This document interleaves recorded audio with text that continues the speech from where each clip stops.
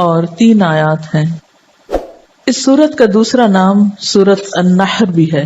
اس کے شان نزول میں ایک روایت آتی ہے، دلائل النبوہ میں ہے کہ جس شخص کی اولاد یعنی بیٹا مر جائے تو عرب اس کو ابتر کہتے تھے۔ ابتر کہتے ہیں جڑ کٹے کو، کہ اس کی نسل ختم ہو گئی۔ جس وقت آپ کے صاحبزادے قاسم یا ابراہیم کا علیہ السلام بچپن میں ہی انتقال ہو گیا تو کفار مکہ نے آپ کو ابتر کہہ کے پکارنا شروع کر دیا یا طعنہ دینے لگے۔ ایسا کہنے والوں میں عاص بن وائل کا نام خاص طور پر ذکر کیا جاتا ہے۔ اس کے سامنے جب آپ کا ذکر کیا جاتا، آپ کی کوئی بات کی جاتی تو نفرت سے کہتا تو اس کی بات چھوڑ دو، یہ کچھ فکر کرنے کی چیز نہیں، کیونکہ وہ تو ابتر ہے، اس کو ختم ہونے دو، اس کا تو کوئی نام لینے والا بھی باقی نہیں رہے گا۔ جب اس کا اپنا انتقال ہو گیا تو کوئی بھی اس کو یاد نہیں رکھے گا، کیونکہ عربوں کے ہاں بیٹے ایسی چیز تھے جن پر وہ بھروسہ رکھتے تھے اور جنہیں اپنی شان اور عزت کی چیز سمجھتے تھے۔ تو اس پر اللہ تعالیٰ نے آپ پر یہ سورت نازل فرمائی۔ بسم اللہ الرحمن الرحیم، انا اعطیناک الکوثر، بے شک ہم نے آپ کو کوثر عطا کی۔ کوثر کا لفظ کاف سے رے سے ہے، کثرت کے معنی میں۔ اس کے کئی مفہوم بتائے گئے ہیں۔ ایک معنی تو اس کا خیر کثیر سے کیا گیا ہے کہ بہت کثرت سے ملنے والی خیر اور بھلائی، کیونکہ کوثر کے لفظ میں بھی مبالغہ پایا جاتا ہے، اس کا لفظی معنی ہی خیر کثیر بنتا ہے، تو بعض نے اس کو لفظی معنی میں لیا ہے۔ پھر اسی طرح اس سے مراد وہ نہر بھی لی گئی ہے جو جنت میں آپ کو عطا کی جائے گی۔ پھر اسی طرح اس سے مراد وہ حوض بھی ہے جس سے آپ اپنی امت کو پانی پلائیں گے۔ ابن کثیر نے کوثر سے مراد خیر کثیر ہی لیا ہے، کیونکہ خیر کثیر میں پھر ساری چیزیں آ جاتی ہیں، وہ جنت کی نہر بھی آ جاتی ہے، حوض کوثر بھی آ جاتا ہے، اور آپ کو جو فتوحات دنیا میں نصیب ہوئیں، اسلام کا بول بالا ہوا، آپ کا مشن آپ کی زندگی میں مکمل ہوا، یہ تمام چیزیں اس ایک لفظ میں شامل ہو جاتی۔ گویا جتنی نعمتیں آپ کو ملیں ان سب کے لیے ایک جامع لفظ ہے کہ آپ کے دشمن آپ کے بارے میں جو بھی کہیں، لیکن ہم نے آپ کو خیر کثیر عطا کر دی ہے، وہ خیر کثیر جس کا سلسلہ دنیا سے شروع ہو کر آخرت تک جاتا ہے، یعنی صرف آخرت میں نہیں، دنیا میں بھی آپ کو خیر کثیر عطا ہوئی۔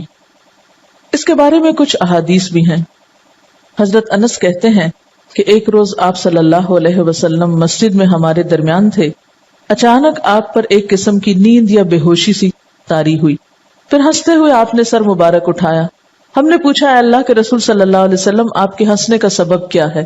آپ نے فرمایا کہ مجھ پر اس وقت ایک سورت نازل ہوئی ہے، یعنی اس سورت کے نازل ہونے پر آپ مسکرائے۔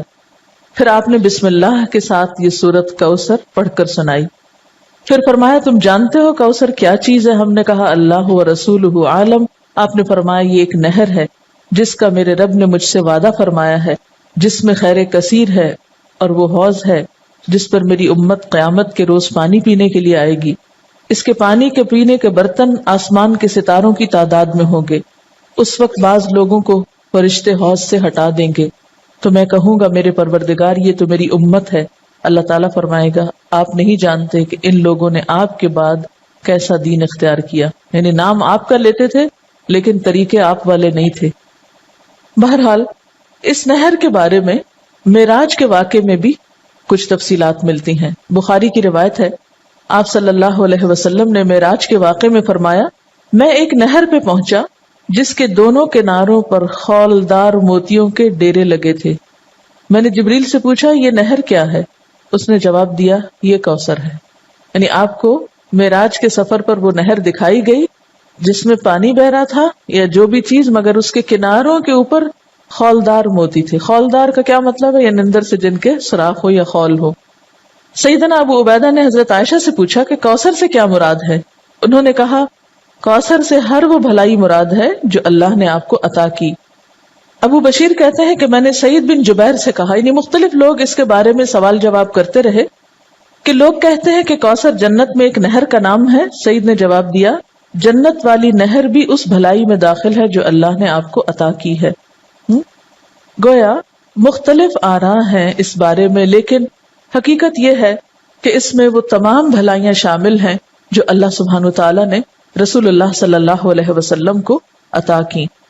آخرت کی بھلائیوں کے علاوہ دنیا کی بھلائیاں اگر آپ دیکھیے، جن کا ذکر کل بھی ہوا اور پھر اس سے پہلے بھی، وَالضُّحَىٰ وَاللَّيْلِ إِذَا سَجَىٰ مَا وَدَّعَكَ رَبُّكَ وَمَا قَلَىٰ وَلَلْآخِرَةُ خَيْرٌ لَكَ مِنَ الْأُولَىٰ وَلَسَوْفَ يُعْطِيكَ رَبُّكَ فَتَرْضَىٰ۔